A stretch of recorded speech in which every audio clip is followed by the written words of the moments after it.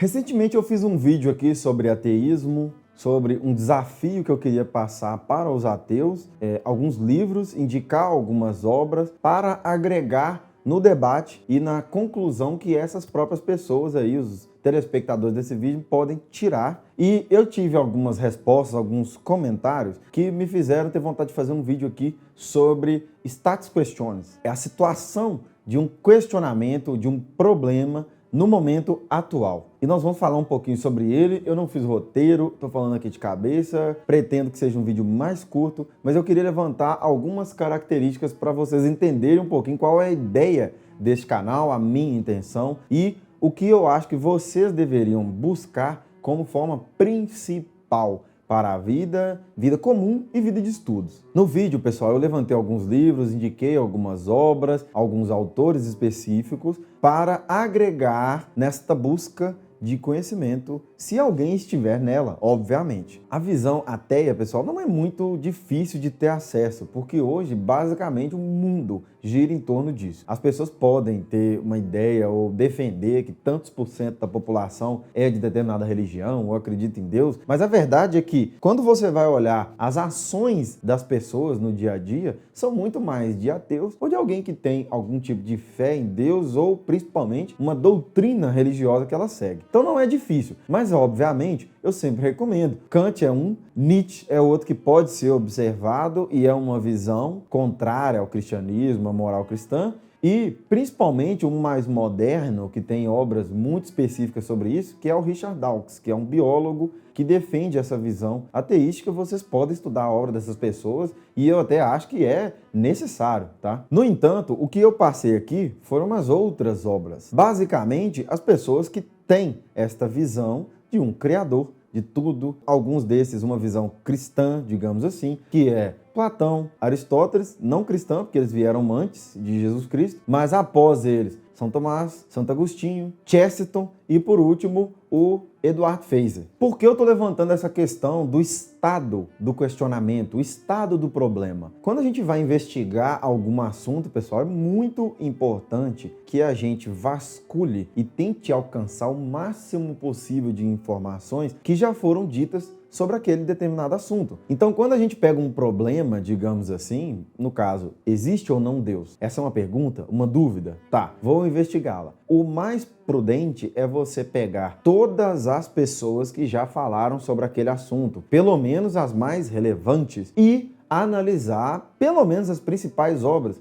de cada uma. Nossa, Patrick, mas a depender do problema, isso aí vai dar um trabalho danado. É isso aí mesmo. O certo, quando a gente vai falar sobre algum assunto, é fazer isso. A gente consegue fazer isso sobre todos os assuntos? Não. Mas a gente tem sempre que lembrar que isto é o correto. Isto é fazer um processo dialético com algum problema ao longo da história do pensamento e da existência daquele problema. Ou pelo menos, desde quando ele foi levantado a primeira vez. Então, sobre esse assunto do ateísmo, que é o que eu citei como exemplo e tem um vídeo aqui sobre isso, eu citei um lado porque o outro, essas pessoas desses livros já citam. E aí os comentários me deixaram muito claro que talvez não há muito essa clareza dialética na maioria das pessoas. Por quê? Quando se levanta algum problema, alguma situação, e alguém te fala, olha, este livro fala sobre esse assunto. Você já leu? Você sabe o que está nele? Você discorda dele por quê? Porque a sua visão está discordando desse livro. Você já leu e discorda. Por quê? Se você não leu, então leia. Por que a gente tem que fazer esse processo? Porque talvez o que a gente está dizendo pode já ter sido refutado ou já pode ter sido dito e a gente está só repetindo. Então, nós temos que pensar, principalmente quando vamos opinar sobre algum assunto ou quando a gente vai ofender alguém sobre determinada visão, se a gente já viu os determinados pontos que aquela pessoa apresentou. Eu não me importo muito com ofensa, tá, pessoal? Nem ligo muito, não. Mas eu quis responder porque talvez um comentário desestimula vocês a irem nessa busca. Porque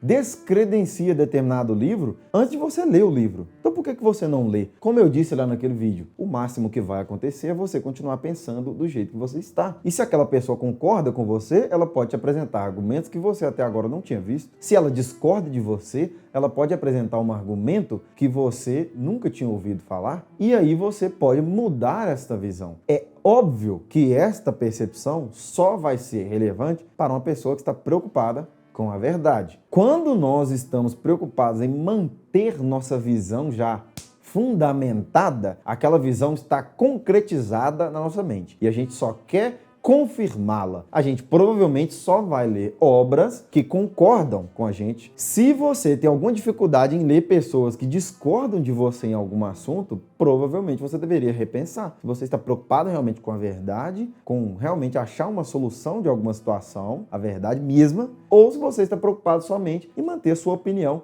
já existente. E na situação específica que eu citei naquele vídeo, o que foi levantado é que os argumentos de Kant refutam os de Aristóteles. No entanto, um dos livros que eu citei, A Última Superstição, é de 2013 e este autor levanta a visão de Kant e fala sobre ela. Mas, se você não leu o autor, você não vai saber o que ele disse de Kant e talvez você não vai saber quem dos dois está correto. Ele está certo no que ele disse? Eu cheguei à conclusão que ele refutou Kant, mas você pode chegar a outra conclusão. O que eu apresentei aqui, e eu acho que é o que todo mundo deveria fazer quando realmente se preocupa com a verdade, é estudar os dois lados. Você tem algum problema específico com uma situação? Algum problema que tira a paz? Você quer saber, quer investigar? Pega as duas vertentes daquele assunto e investigue ambas. Vejam os argumentos de um lado, os argumentos do outro. Só assim, vendo os principais argumentos, se possível todos, de algum assunto, é que você talvez se aproxime de ter a sua própria opinião, sintetizando o que foi apresentado nessas duas visões e talvez chegando à conclusão sua mesmo. Ou pegando a de alguém e a adotando,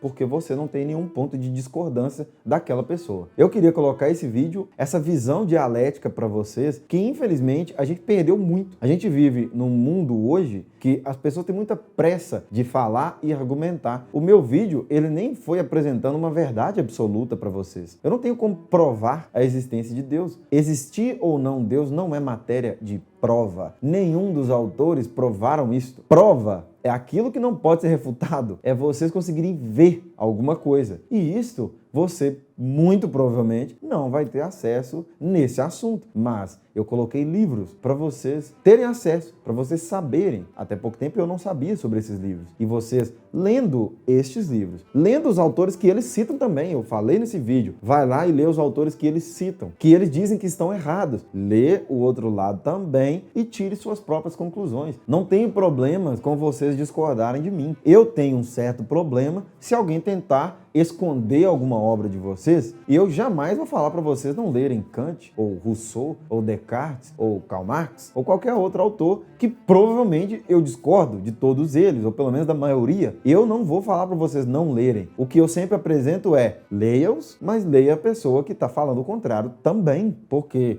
se há aqui pessoas preocupadas com a verdade, obviamente você tem que ver os dois lados. É só vendo os dois argumentos que vocês vão poder sintetizar o que para vocês é o correto, beleza? Já adianto que eu não acho que a verdade é relativa e não acho que cada um tem a sua verdade. Eu acho que o processo dialético é o mais impecável, pelo menos é o melhor que a gente tem para buscar alguma verdade, ou pelo menos ter razoável convicção das nossas posições. Dá trabalho? Dá muito trabalho. Eu nem respondi em vídeo aquelas falas ali, porque eu ainda tenho que ler uma porção de livros, mas eu acho que é muito importante a gente se desvincular um pouquinho do mundo que está nos incumbindo a dar opinião, a comentar, a falar o que a gente pensa, sendo que na verdade a gente está tirando aquela fala de uma outra pessoa ou de um ponto de visão, quando a gente deveria ter vários e talvez chegar a uma conclusão um pouco mais próxima da verdade. Não quer dizer que a gente vai chegar nela, mas quer dizer que a gente está um pouquinho mais próximo, beleza? Se você gostou desse vídeo, deixe seu like, se inscreva no canal e até o próximo vídeo.